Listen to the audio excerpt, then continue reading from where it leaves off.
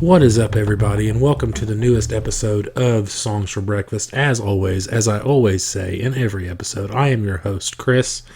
Before we get started, there is a little housekeeping that I wanted to do. I received a little bit of flack for covering a song by Down, because apparently the lead singer, Phil Anselmo, has done some really shitty things and said some shitty things, and that's not my problem. I don't endorse anything that people do that is bad or wrong, but I'm just talking about songs. I'm not talking about those people. I'm not endorsing those people personally. I'm talking about the song they made, and I'm talking about what that song means to me and what I think the song means. I don't endorse any bad things that people are doing. You know, I'm not going to root for the bad guy in that sense, but you know, if you have a problem with an artist, that is not my problem. The bad shit they do is not on me to judge them for. That's not my job. Do I support it? No. Is it my job to judge them for it? No. So I just wanted to put that out there. I don't support bad shit. I don't support people saying bad things. I don't support people being, you know, hateful or having hateful ways or anything like that. But, you know, it's not my job to judge that person or, you know, anything like that. You know, I don't agree with it, but it's not my place to do anything about it. I'm just here to talk about songs. That's all. That's all I'm here to do, is talk about music. That's what I love doing. That's hopefully you guys enjoy listening to it. But that's it. That's all I'm here to do. I'm not here to cast judgment or tell you who you should not listen to. That's actually a lot of the reason I got rid of the reviews, was I didn't feel like I was an authority enough to tell you who you should or shouldn't listen to. So anyway, let's get past that. Let's enjoy ourselves. Let's have a good time. And I think this week we're definitely going to have a good time. From week to week, I have to decide which song I will talk about. Some weeks I'm stuck between songs, and some weeks I know exactly what song I'm going to cover. This week's song has been one that I've had in my mind for a while, and though I know that I'm going to have to tag this episode as explicit, I say fuck it. Let's talk about I'm the Man to Be from Elvi's 2015 album Return to the Moon. This song, this is the thing. Here's your warning. Language, sexual content. Okay, that's your trigger warnings there. Language and sexual content. So if either one of those things bother you, maybe this episode isn't for you. Okay? This song is clearly about autoerotic asphyxiation, but I also think it has to do a little bit with like delightful apathy, so we're going to get into it. He starts out with saying, I'm hanging a happy sock tonight. My hotel's on the Ketong line. I can't focus an in vitro mind. If only I could think, but the belt's too tight. So in the opening verse, we're taking in the information immediately that he is somewhere else in the world, the Ketong line, wherever that is. I think it's, you know, like maybe it's, I want to say Korea, but I'm probably wrong. So don't quote me on that. But he can't focus wherever he is in the world because he's got a belt around his neck. So it doesn't take much to guess what's going on there. He follows that up with, I can't reach a cotton ball to dry the little teardrop underneath my right eye. I can use my Louis Vuitton tie. If only I could think, but the belt's too tight. I get such a kick out of this song. I'm sorry. He's clearly stuck in a position that he can't move. He has a teardrop, likely from the pain or the fact that he's being strangled. And he could use his fancy tie for this act, but he prefers to use the belt and can't think because, once again, the belt's too tight. Then we get our first chorus after this. He says, I'm peaceful because my dick's in sunlight, held up by kites because I'm the man to be. So he's erect and he's feeling great. And I'm not sure much more needs to be said about this, and I think this is our first hint of like blissful apathy. He's erect, loving life, and despite everything, he feels like the man to be. Shit.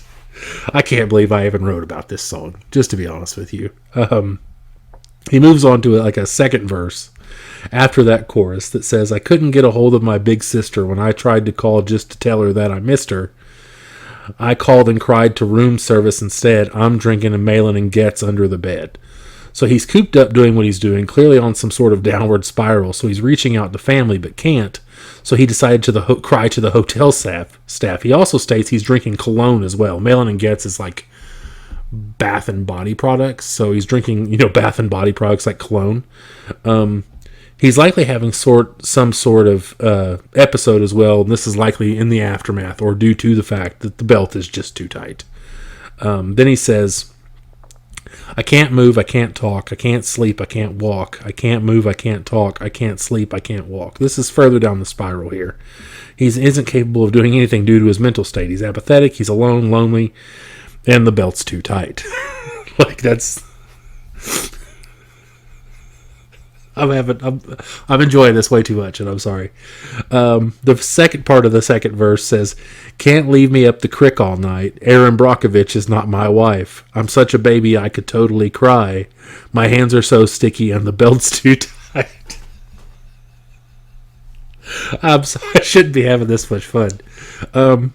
He's saying here that you just can't send him up the river. You can't just leave him alone in his time of need. Then he reiterates that he's crying and that once again his hands are just too sticky and the belt's too tight. This is honestly one of my favorite lines in the whole song. I just love it. Something about it amuses me every time I hear it. But anyway, we move past that. We have that repeating chorus again. I'm peaceful because my dick's in sunlight. And we move forward to... there's like a little interlude there, I think. If I'm recalling the placement correctly, there's like an interlude there in this section, but I went ahead and skipped the interlude because it's just a recorded conversation between him and housekeeping at a hotel, which is still pretty funny, but yeah. But we have this little, I don't know exactly what I would call this part, maybe a bridge of some sort or a refrain, but he says, I'll be the one in the lobby in the collared fuck me shirt, the green one. I'll be the one in the lobby in the green-collared fuck-me shirt, the green one. Just take a sample of wet sage and rusted honeysuckle, for example. I'm not afraid to die a little tiny bit. I just don't want it to hurt coming out of it. So, I think he's saying here that he's here and available.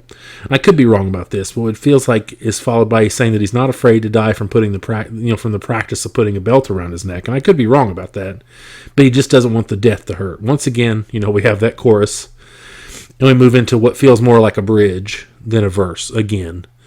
So I guess that other one may be considered a verse, but this one's more of a bridge.